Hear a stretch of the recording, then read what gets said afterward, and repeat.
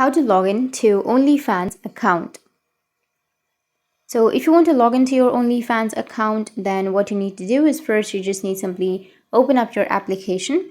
But if you don't have the application, then you can also go with your Google browser, Safari, anything that you're comfortable with.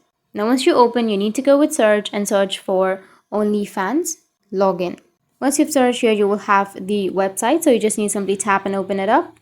Now once you tap on it, it will take you to this kind of interface, which is the login or the sign-in page.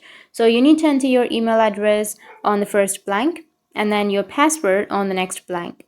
And after that, you can tap on login. But if you don't remember your credentials or if you don't remember your password, then you can scroll down and you'll have an option of forgot password so that you can reset or recover your password. Or you will also have an option to sign in with your X or Google or password-led sign-in if you have enabled your biometrics to it. So just enter your information, tap on login, and it will be logged in. That's how you can log into your OnlyFans account, and if you have any questions, feel free to comment below. Thanks for watching.